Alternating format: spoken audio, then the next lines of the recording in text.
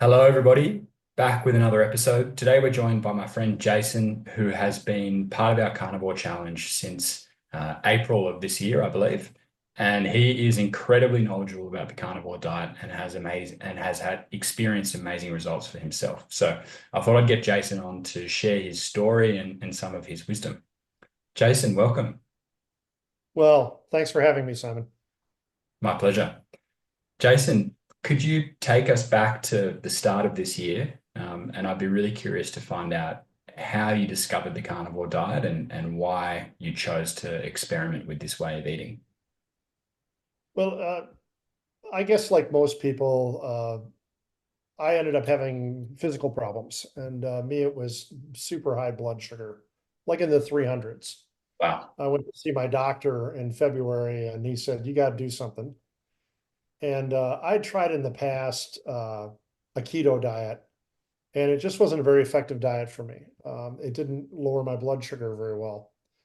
And so then I tried fasting, same thing, doesn't really wasn't, I was still having a lot of problems with my blood sugar. I mean, I could have blood sugar in the 90s and eat a Snickers bar and it would go up to 300. So my insulin resistance was just awful. My doctor, luckily, is a young guy. He's in his middle 30s. And he said, why don't you try carnivore diet? My doctor said that to me. And I That's said, okay. amazing.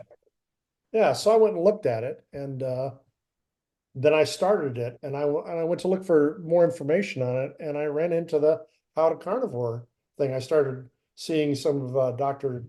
Chafee's videos and stuff, and I just signed up for how to carnivore because it was really nice to have all the information that I needed in one place, where I didn't have to run all over the internet and look this up and look that up and cross-reference this and then go read the studies. It was nice to have a place where a lot of that stuff was already done for me. And so I found the How to Carnivore diet and just immediately switched over to carnivore. And in a matter of 6 weeks, my blood sugar went from 323 down to 95. No Wow. medic, no medication. It's proof. You don't eat carbohydrates, you don't get high blood sugar. It just doesn't happen, you know. And I mean, we can go into the myriad of other things that have happened since then. Uh, I had swelling in the lower extremities that went away within a couple of months. Uh, just a whole series of things that happened that I wasn't expecting. My left arm was numb for years, and I've come to the conclusion I actually poisoned myself by drinking raw vegetable juice. Because at Mm. the time it went numb, I was drinking a couple of quarts of raw vegetable juice a day that I made myself. And then I had this numbness. Well, in the last 9 months, my left hand now I can feel things. I can pick up things and hold things. And before I could never tell if I had something in my hand or not. It was completely numb. The back of my hand is completely normal now. It feels just like the back of the other hand. I have all the feeling and everything that I had, and I'm still regaining feeling in this hand. I do a lot of work on cars, so it's kind of important to be able to screw a bolt in, you know. And I couldn't feel what I was doing for years, and all that's coming back, and I found that pretty remarkable. Of course, part of that came from the help from Dr. Chafee.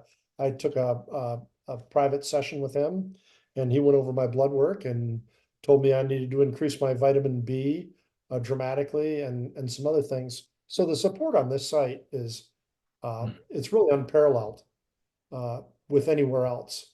You know, you not only get great information, have great resources, and have people that support you, but you can actually talk one-on-one with the experts in the field. And to me, that's just like, it's invaluable. You can't get it anywhere else, you know. Jason, with the B12, have you been able to boost it back up? Yes, I have. I've been testing it. I tested for 3 months in a row after I started supplementing my B12, and it more than doubled in three Oh, that's months. great.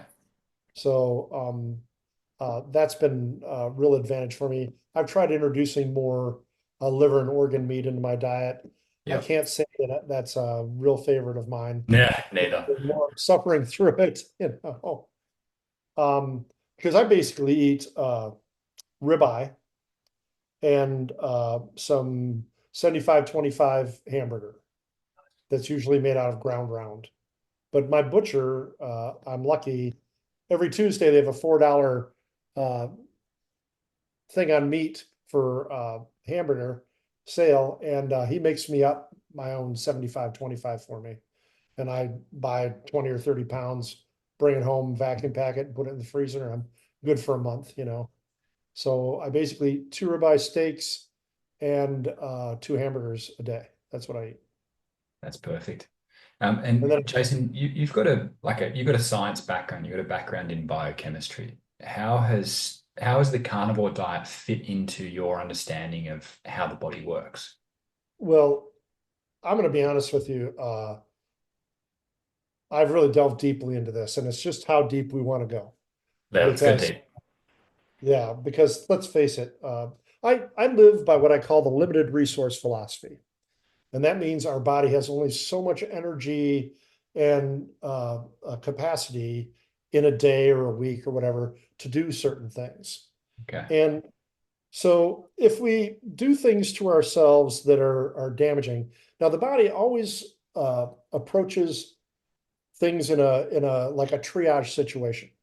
For example, if you poison yourself, your body is going to stop doing everything else that it can to put its resources towards getting rid of that poison out of your system. Or if you get sick and get invaded by a bacteria, your body will put its resources towards that.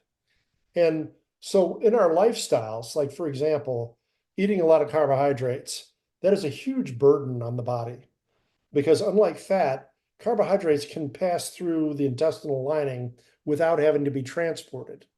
Uh, Fat requires bile to surround it, and then it can be transported into the system.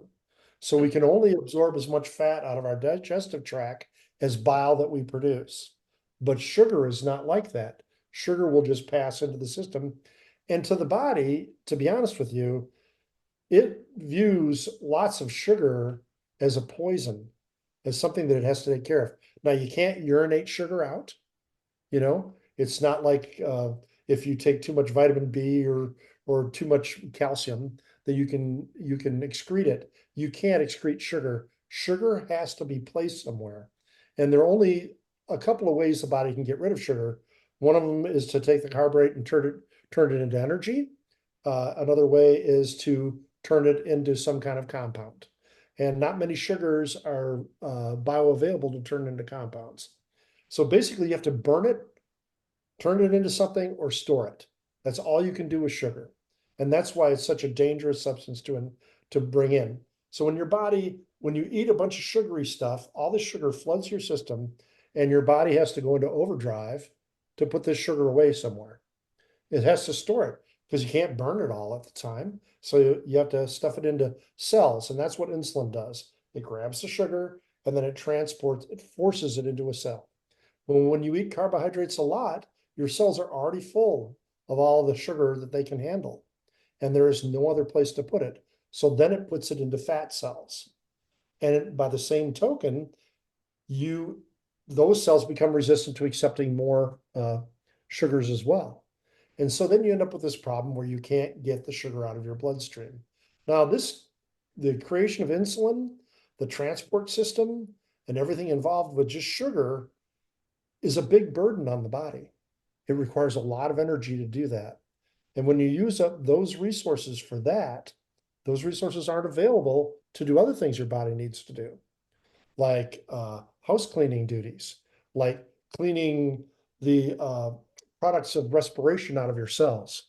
You know, there's little broken compounds in your cells that have to be transported out and gotten rid of out of your body because they clutter up the cell. It's like having a closet you keep stuffing stuff into, but you never pull anything out of. And that becomes even more difficult when, like, for example, uh, when you create proteins that you need to survive, you have these enzymes, which are proteins themselves, but they basically pass a molecule from one to the next. and that creates the molecule that you need to make. Well, these things break down and become less efficient. And if you don't have the resources to go in and replace those enzymes, then you start to develop enzymes that don't operate properly. And so you're not efficient. And that means you can lose things like energy. Mitochondria is a perfect example. If you're not replacing your mitochondria all the time because your body doesn't have the energy to do it because it's too busy trying to get the alcohol out of your system, then you have malfunctioning mitochondria that don't operate at high efficiency, and that takes energy away from you, and it actually creates cancerous conditions. These are all the things that are known by science. This is all research has been done on all this. When you mess with your system by putting in, I call them poisons or pollutants that your body has to deal with, you're taking away the energy the body could use to heal you. Because let's face it, our body is an amazing healing machine. None of us would live beyond 1 year if it wasn't. It's an amazing healing machine. But when you take all the energy and resources away, so it no longer has that to do that, then some of the most important processes in your body happen at a very low level. You've heard of autophagy, right? Well, autophagy is a kind of a system, it's kind of a catch-all for how your body heals itself, and it gets rid of the garbage. And autophagy only happens under certain conditions in your body to a great extent. It always happens a little bit, but if you promote certain conditions in your body, you can make autophagy much more efficient and happen more often. One of the things that shuts down autophagy is insulin. It's a perfect example. If you have high insulin levels in your bloodstream, it actually shuts down it. I mean, the thing we have to recognize is that everything is interconnected in the human body, every single thing. Our hormonal system is a communication system that our body has developed to let certain organs and certain types of things, cellular activity, to occur greater or lesser to a degree. And our hormonal system is the thing that tries to keep us in balance. And when we're constantly upsetting that balance, like say through diet, then we get that hormonal system out of whack, and our body is really just trying its best to try to catch up instead of give us vibrant health. And it's so hard as a human being to recognize how complex the system is and how unbelievably robust it is, but still over a period of time, we can break it and destroy it. And the results of those things always end up being cancers or organs that no longer function properly. And it always comes down to us being unable to get rid of waste.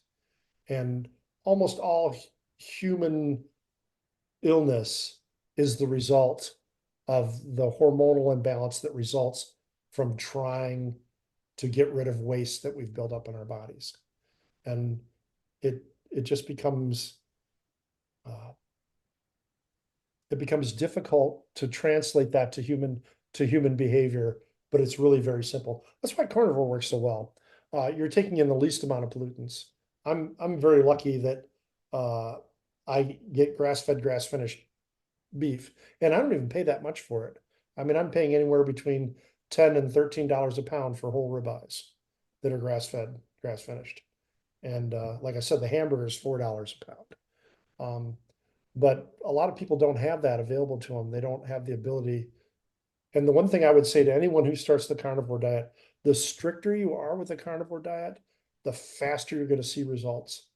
But a lot of the results are still going to take a long time. You know, fatty liver disease. I had non-alcoholic fatty liver disease. It's been 10 months now since I started carnivore, and I'm finally turning the corner on that. I'm finally seeing results of my liver reducing the amount of fat in it. There's entire hormonal systems that govern cellular activity that need to be reset, that they don't have to work so hard to balance things anymore, but they still have that propensity to do it because you've been living this way for so long. And those all have to be reset. And that doesn't occur overnight.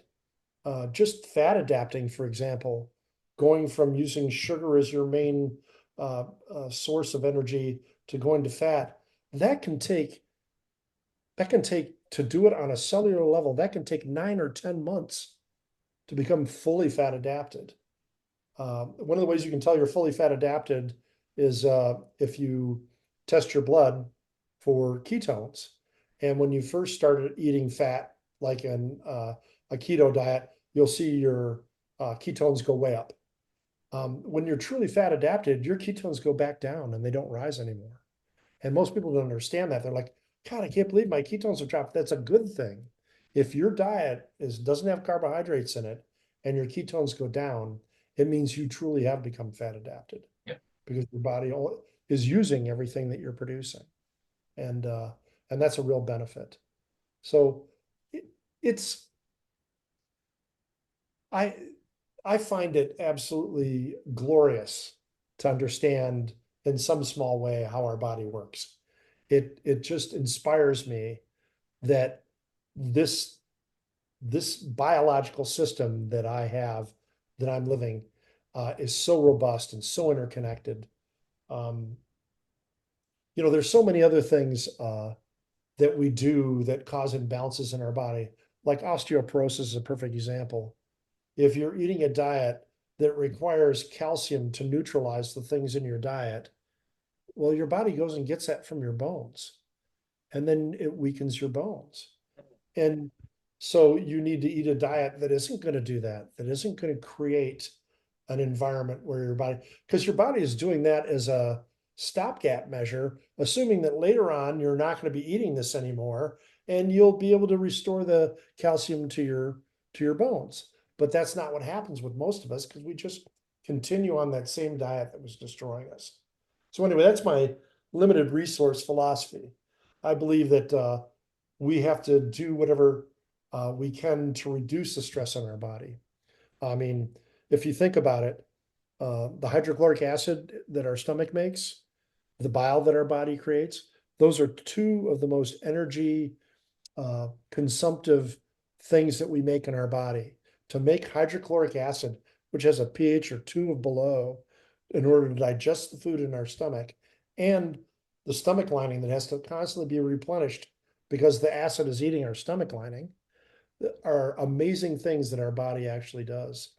Digestion on a daily basis is probably the greatest threat to the biological system of anything else we do on a daily basis. Because, as we all know, the digestive tract is not inside of us, it's actually outside of us. It just happens to be a tube that travels through us. And those things that are in our digestive tract, if they get into our bloodstream unrestricted, they'll kill us. The bacteria, the compounds. Uh, that's one thing that most people don't understand is that when you have a poor diet, you develop a poor flora in your digestive tract. You have bad bacteria. And we basically eat bacteria poop. That's what humans do. What the products of their digestion is what gets absorbed into our bloodstream. So if you have bad bacteria producing compounds that are harmful to you, that you're absorbing into your bloodstream, then you're creating a drain on all your resources because your body is doing everything it can to corral these compounds, send them to the liver, have them liver turn it into something that can be either excreted or can be passed through the colon and out. It's it's a difficult situation that people don't realize. That's another thing that takes a long time. Changing the flora in your gut doesn't happen right away. It's something that you have to hold a consistent uh, uh, diet with in order to promote the bacteria that are best for breaking down the things that you're eating. And and people don't understand that. I mean, there's some estimates that 50 or 60% of the nutrition we derive is actually from processes that bacteria do in our digestive tract. Now, cows, it's even higher than that because they eat plants and plants poison people. That's the comment I always say. We all know that plants are trying to kill us, you know, and people laugh at that, but it's the truth. You know, that's how they defend themselves. I don't know. I think Dr. Chafee's even talked about this, that plants have to produce toxins because they can't run away, you know? So that's their only way of protecting themselves. And and, and I think once I realized that, it changed my philosophy on how to approach eating, because eating became much different. You know, letting my body stabilize over the last 10 months has been an interesting process, because I've released a lot of stuff that's been packed away in closets that have been closed for years. And being a chemist, I was exposed to a lot of stuff. And I had to approach things a little bit differently. You know, a lot of people, younger people, will really get into exercise and stuff like that, which I think is fantastic. But I couldn't do that because I had to slowly release the toxins in my body. I couldn't release a whole lot at once. If I did, it made me sick. It literally made me sick. And so I've had to go a little bit of slower road. I've had to be more patient. And as a good friend of mine says, if you haven't learned patience by 65, you're never going to learn it. And so I said, yeah, you're right. Um, you know, I've learned so much over the last 10 months and from people on the site and from experimentation. Uh, like I know that a lot of the ladies on the site talk about getting cold, you know, that they get cold. And I have some advice for them. Eat some fat. A lot of times when I get a ribeye, there's maybe too much fat in a little section of it to be able to cook or whatever. And I will just cut it into squares, heat it up in a pan, very little bit, and then freeze it. And if I'm ever cold, I just eat a couple of cubes of fat. And within 45 minutes, whatever extra shirt I put on or sweater, I'm taking off because I'm hot. If you give your body a little bit of extra fat, it'll ramp up your metabolism. It's pretty amazing. It is really spoonful of tallow. That works too. Not as effective as the fat for some reason. And it might be because the fat is in a pure form, because tallow basically has been slightly denatured by the processing of it. Um, I cook meat as little as possible, medium rare, you know. Uh, I I cook several days of meat at once, and then I vacuum pack it, and then when I want to eat it, I slice it up into very thin slices, put it on a nice plate, and then sit down with what I'm ready, and I just sit there and eat the slices, and full fat, everything with them. And it goes down really easy that way. The thinner you slice it, the more you can chew it, the less hydrochloric acid you have to produce, and the better you digest the meat, and the more nutrients you get out of it. How You know, often per day are you eating, Jason? how often? I usually eat twice a day. I eat within a 6 hour period, and then I go 18 hours without eating. And that's just, I usually eat around 1 or 2 o'clock, and then I eat again around 6 to 8, somewhere in there. But it's usually just a 1.25 pound ribeye, you know? I mean, and I found ways, like I love grilling. The problem with really fatty ribeye is that it just flares up and it burns the crap out of your meat. And so what I ended up doing is I ended up getting Lodge Logic griddles, and I just lay them on top of my grill, Mm, and then that doesn't drip down, mm. and you get that nice, Menard effect on the meat, which makes it tasty. But I've also found that just using some stainless steel deep pans, about 2 inches deep, and putting it at the oven at 400 degrees on convection, in 18 minutes I can do 5 ribeyes and 3 tenderloins, and pull them out, let them rest.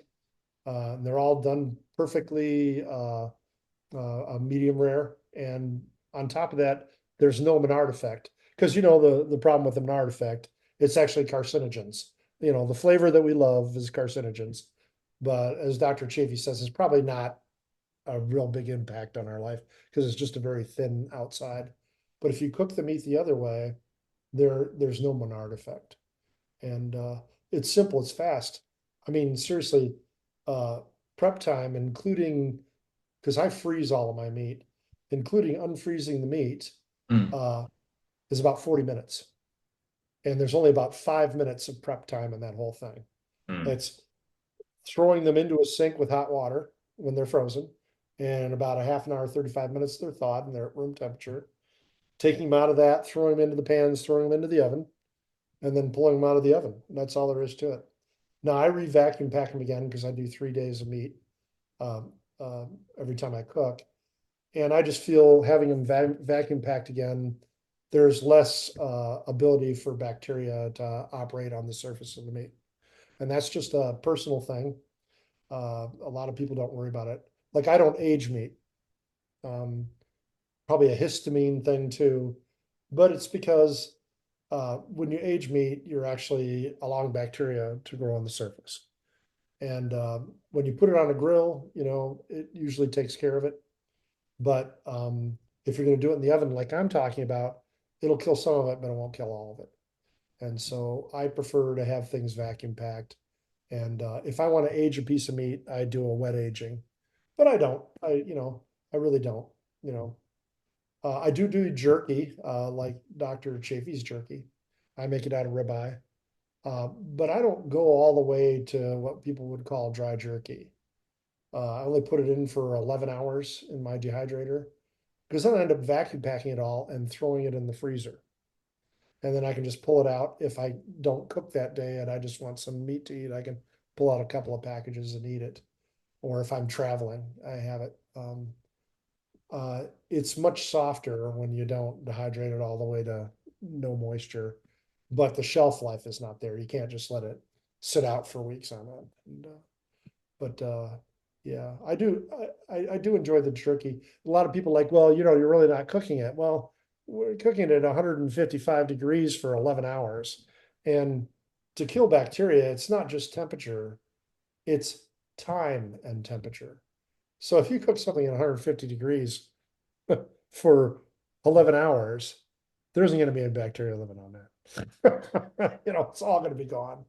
Uh, I cook chicken breasts for my wife. I do sous vide for her, as well as grilled. And I cook those for an hour and 15 minutes at 150 degrees. And that perfectly cooks them. And they come out just as juicy as you couldn't possibly believe.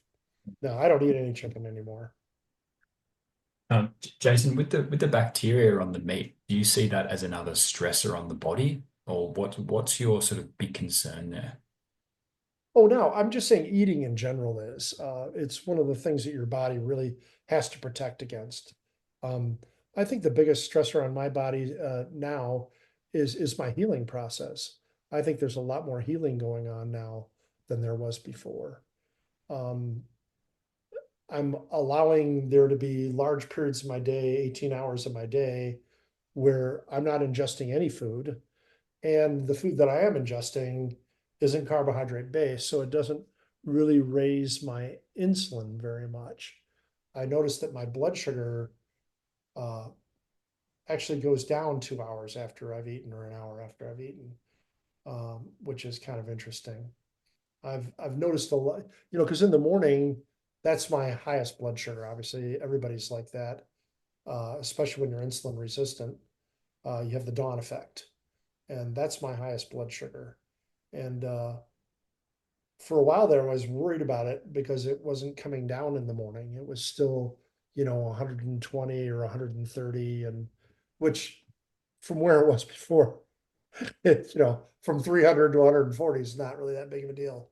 But I learned that it was once again my hormone system that had to reset itself because after about 7 months, I wasn't getting those high morning numbers anymore. I'd maybe get 105 or 110, or a lot of times it would just be in the 90s. And so I have to be patient. I spent a lot of years gaining the weight I did and living the way I did. And I have to be patient and realize that the inertia in the system of it always having to do these things is not going to go away right away. It's only over a period of time that it corrects itself. Now, that may not be true for all people, but that has been true for me. You know, like I said, at about 6 months, I was like, I don't really know if I'm getting anywhere here. And then I had to sit down and really evaluate, how do I feel? What are my real numbers? I looked at my blood tests and stuff. I mean, uh, there are all kinds of indicators when you take a blood test of how much inflammation is in your body. And every single one of those indicators went down dramatically, dramatically, from being way over to being in low normal. And so I'm lucky because my doctor supports me in doing this. But there are so many people that have said to me, well, you're probably not getting the nutrition you need. And I always find that as the most uh, absurd thing for someone to say, especially someone who just thinks that you need to eat vegetables to be healthy. And I just don't argue with them anymore about it. I just say, well, it's really helped me, you know, because people that want to argue about your diet uh, really aren't looking to be convinced with any kind of uh, information. They just want to tell you what you're doing is wrong. And, I was able to sit at my church. We had Christmas dinner at church, and I was able to sit there for 2.5 hours and not eat anything and just drink water. And it was perfectly comfortable. Those plates of cookies, for a second, they like, oh, and then your mind thinks about it. My mind thinks about it. And I just dismiss that as crazy. Like, I'm never going to go back to that. Uh, I don't, I don't see myself ever not being a carnivore anymore. I don't I don't think this is a temporary thing. This is a permanent change. You know, I don't ever see myself as ever going back to eating carbohydrates. I just I don't see it as a benefit to my life. I really don't. Given everything you've learned this year, Jason, how do you reconcile the fact that you've made it this far in your life without the knowledge you have now? And you've previously been you're a very intelligent guy. You've been a biochemist.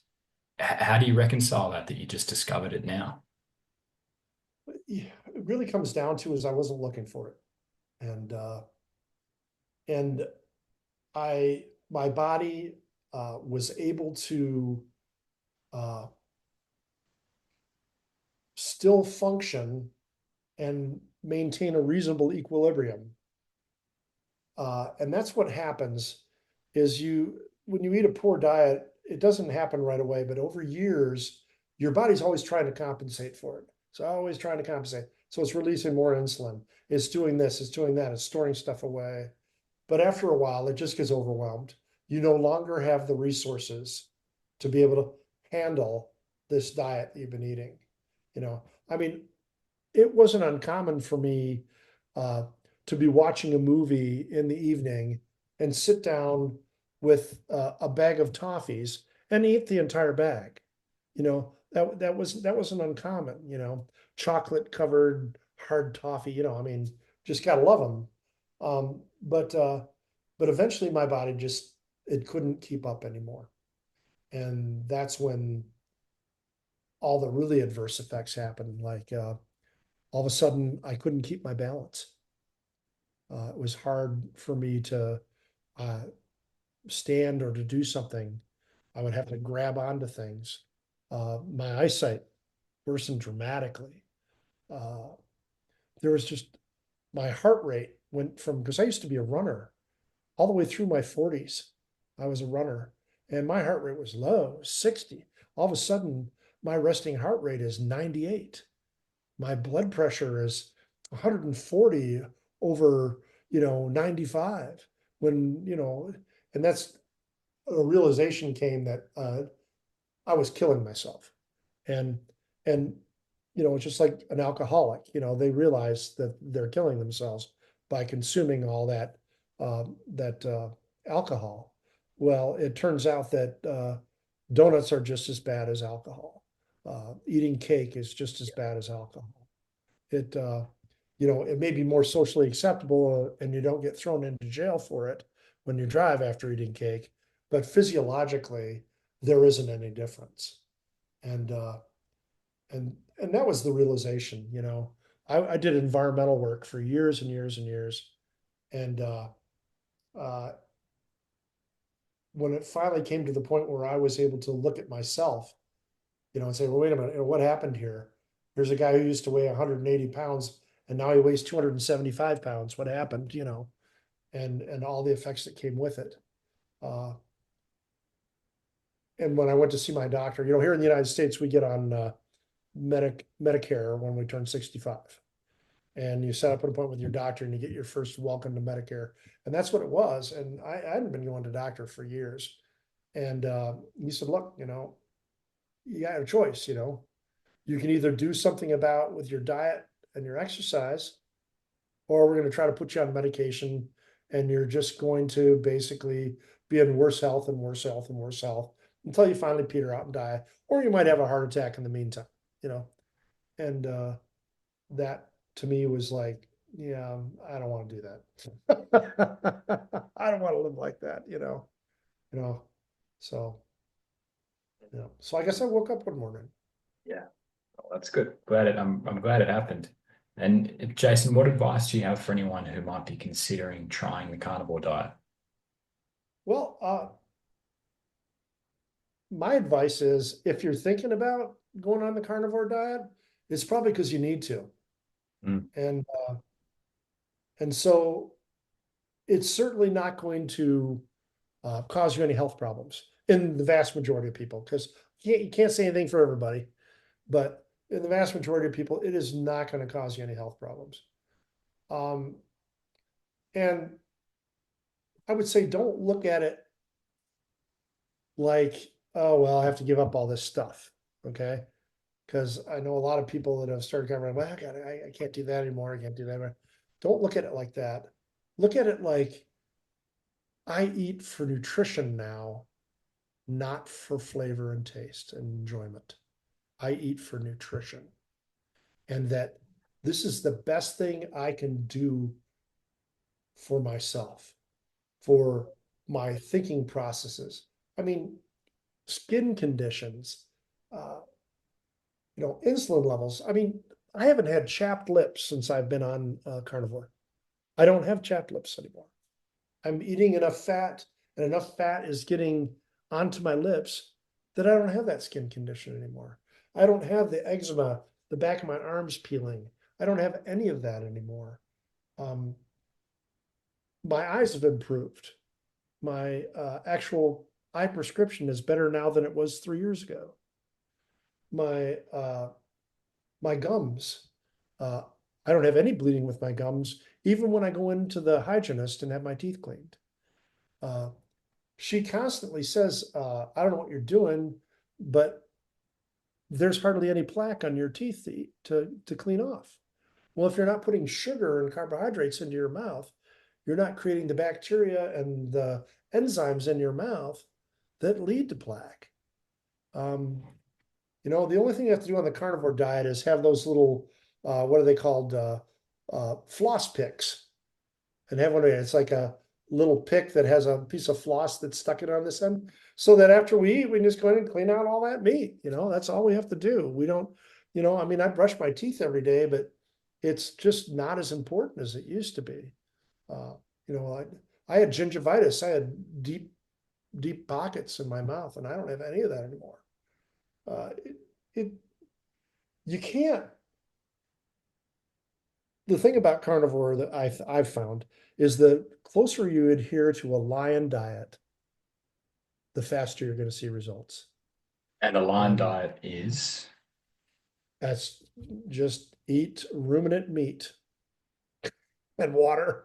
That's it. beef, lamb, tallow. Yep. Deer, ruminant. It's just got to be ruminant meat. And it's got to have more than one stomach because it detoxifies. That's why pork is awful. Uh, uh, I don't eat pork. I can't even stand the smell of cooked pork anymore. That's another thing that's changed is some things when they're cooked now smell bad to me. like pizza, for example. Oh God, pizza. I used to love pizza. Now, if I smell a cooked pizza, it actually smells rancid to me. It smells bad. Like I wouldn't want to eat that, you know? And I find that kind of remarkable how in 10 months I've gone from, I mean, I could sit down and eat a whole large pizza myself. And now I don't even like the smell of it, you know? I can tell if there's a fast food restaurant in the area when I'm somewhere because I can smell the rancid smell of a fast food restaurant in the air. I can smell it. I can go, oh my God, there must be a McDonald's or a Wendy's or something around here because it smells awful. The oil they use, uh, I used to be a big when I was trying to be healthy, uh, an olive oil user and all that stuff and everything. I really don't think that there's any benefit to olive oil, I'm gonna be honest with you. I think it's just not as toxic as some of the other stuff. And I think that's Yep. really what it comes down to with all plants. Some plants are more toxic than others. There isn't a mushroom on this planet that anyone should eat. Because mushrooms, first of all, the carbohydrate in mushrooms is not digestible. The only thing you're doing is feeding bad bacteria in your gut. There is no nutritional value in that whatsoever. And mushrooms, by their very nature, produce enormous toxins.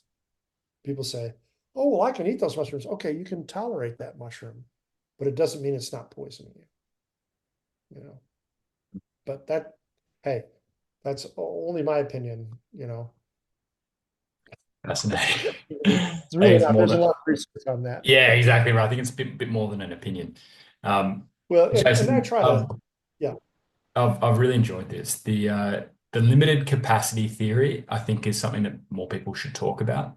And yeah, people, it's sort of intermittent fasting is very broadly accepted. And many people have tried fasting in some form and they find that they feel amazing.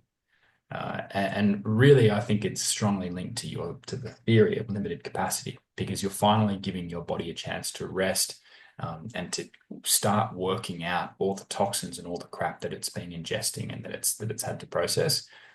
When you do a carnivore diet, the intermittent fasting isn't as crucial. You still benefit from it, and you sort of naturally don't need to eat as frequently. But as you're saying, because you're putting so much less stress on your body, you're getting a lot of those benefits all the time. Would you agree with that? yeah. And I think what most people, and Dr. Chavy says that carnivore diet is it mimics, uh, you know, uh, The not eating fasting. Yeah. the fasting, but it's not true.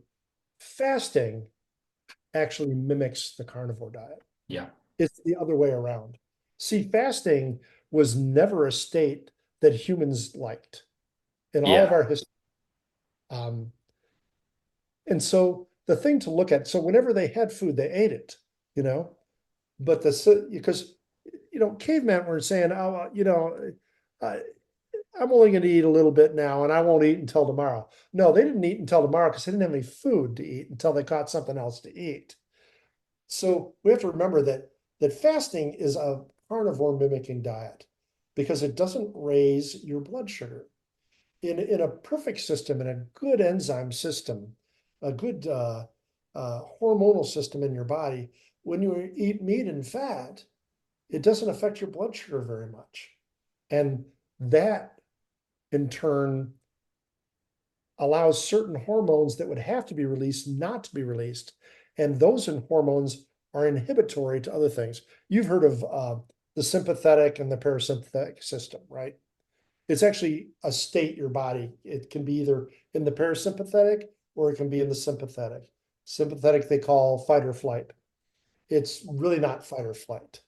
Uh, it's mobilized. The sympathetic system is a mobilized system. That's where it's taking care of things. You just ate. You have things that may be coming into your body that you don't want in there. There are certain compounds being absorbed because of what the bacteria did. You're sick because you got something. And the parasympathetic is the healing system. It is a healing system that goes in and repairs things. It gets rid of old mitochondria and puts new mitochondria in. gets rid of old enzymes, the new enzymes, removes byproducts from respiration and tissue building. It's a system that's designed to make the body more efficient. That's what parasympathetic does. Sympathetic, taking care of what's right in front of us, what we have to do right now, or we may die, you know? And people don't understand that the liver even operates differently under those two hormonal influences. The liver goes into a whole set of, uh, let's say, different chemical reactions that don't occur in the presence of, say, insulin, for one. When insulin is high in the system, the liver actually creates fat and stores it in the liver. That's how you get fatty liver. That's how that occurs. It's not like fat migrated from somewhere else and got in the liver. The liver did that on purpose because it was forced to do that. But if you're not eating sugar, then the liver says, well, I've got other things I'd really rather do. I have a bunch of compounds that are being hauled out of the cells because they're garbage, and I have to convert them into something that we can then excrete. Sometimes those things that we convert them to are gases that we breathe out. Sometimes it's something that can be urinated out.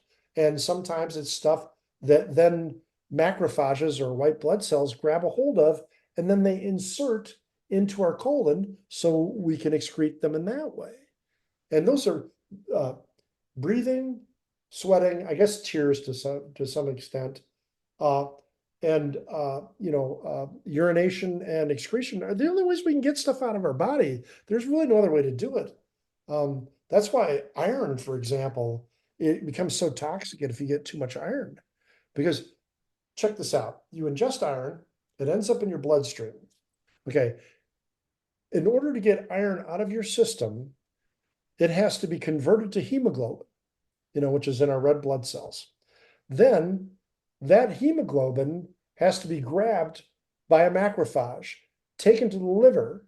The liver has to turn it into a yellow body, which then gets absorbed into, I'm sorry, not a yellow body, but it gets absorbed into the colon where a bacteria operates on it and turns it into a yellow body.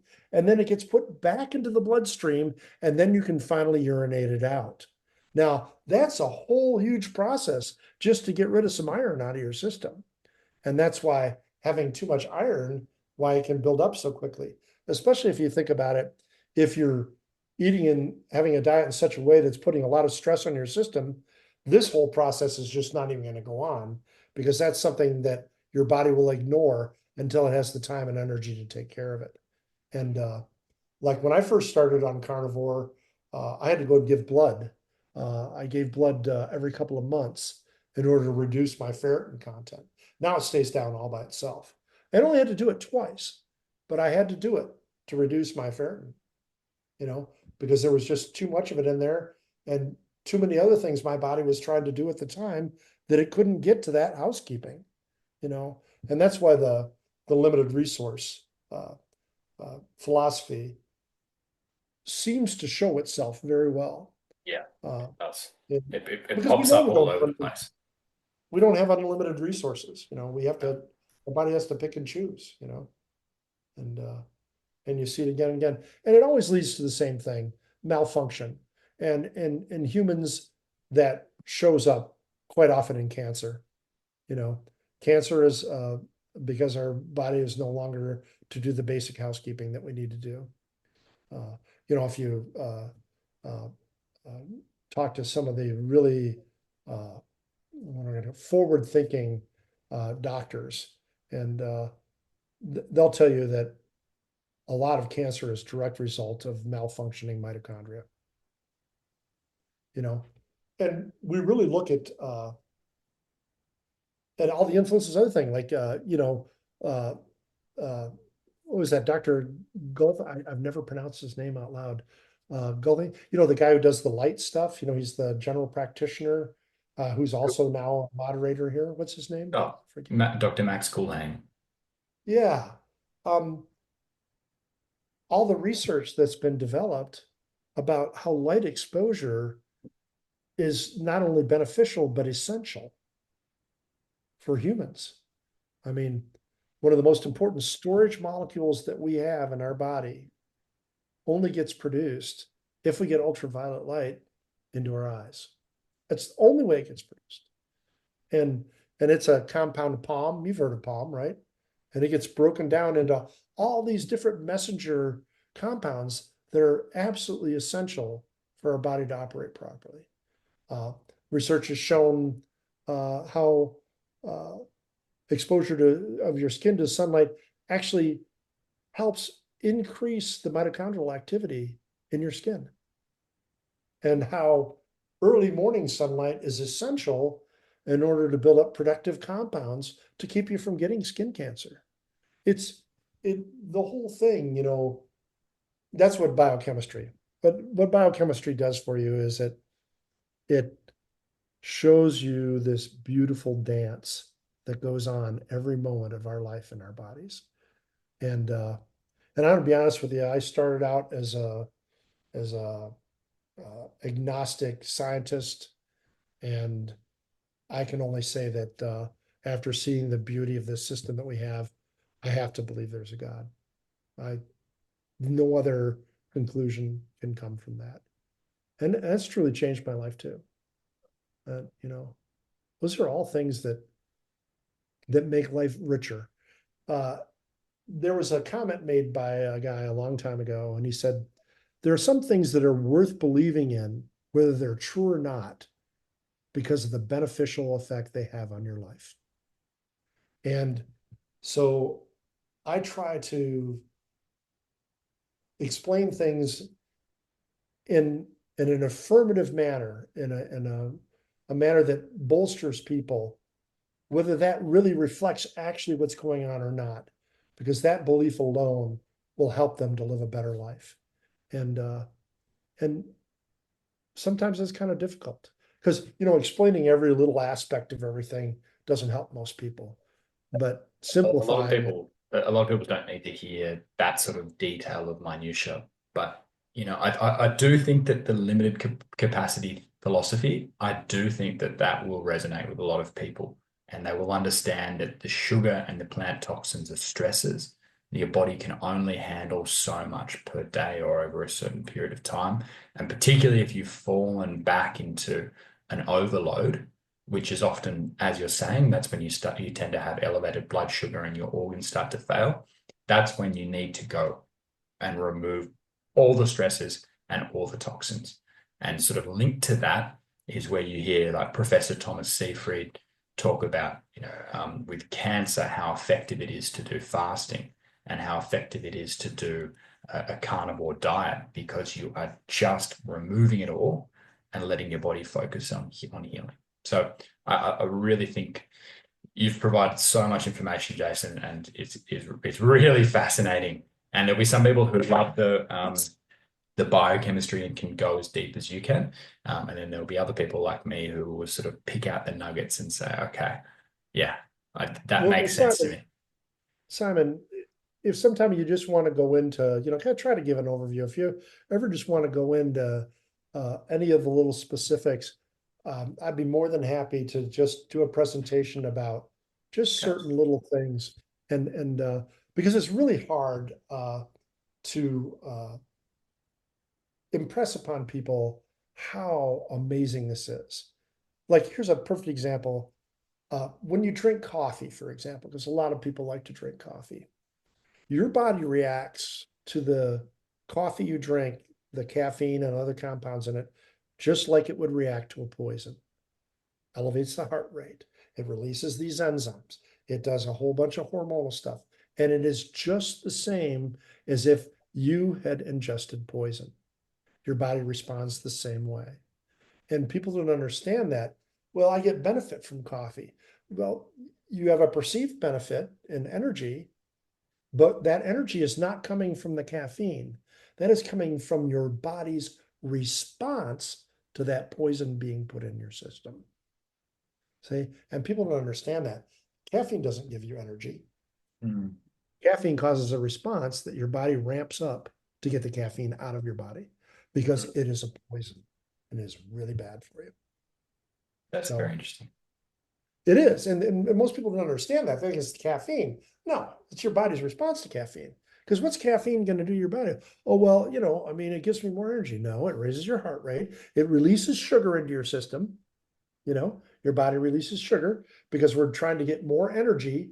It increases the blood flow, your heart rate, everything. It's what it's on. It increases your respiration. So any of the byproducts that the liver has from breaking down the caffeine can then be expired out.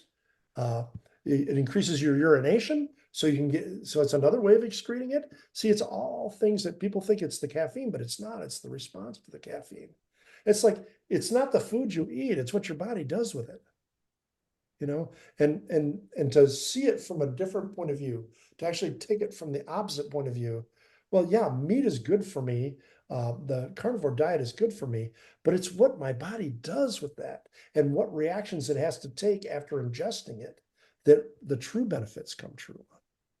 Because if I'm eating the nutrition that I need and I'm doing it in a way that I'm not increasing the load as much as other food was, then that becomes a more of a benefit to my body. And that's why I said, like, I eat for nutrition now. I just, and I have no problem sitting in front of other people, going to the restaurant, watching other people eat. I don't have a problem with that. Because I know that what I'm doing for me. I'm I'm I'm doing it because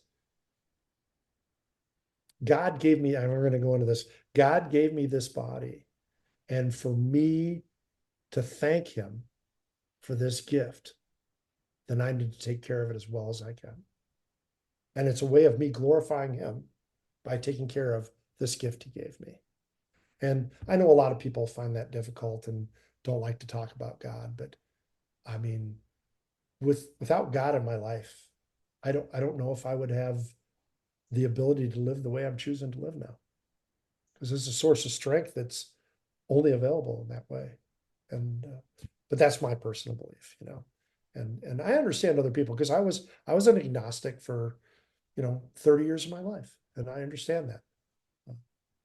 I just spent too much time studying biochemistry to believe that anymore. All right, Jason. Thank you so much. I really appreciate you sharing your story and also sharing some of your wisdom. And yeah, we definitely should go into a little bit deeper on some of these topics in the future. So, thank you so much. And it's a pleasure having you part of the Carnivore Challenge. Well, I appreciate you asking me. Can we speak just a little bit after you turn it off? Yeah, of course.